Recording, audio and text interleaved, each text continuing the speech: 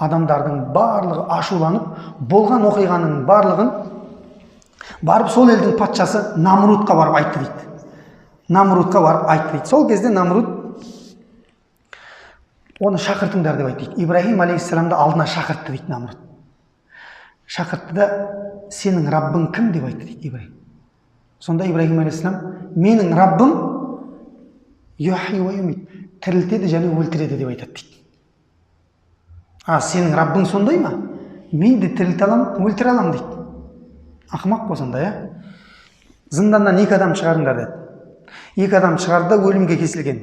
Біреуін мынаны өлтіріңдер да мынаны қоя салыңдар деп айтты дейді.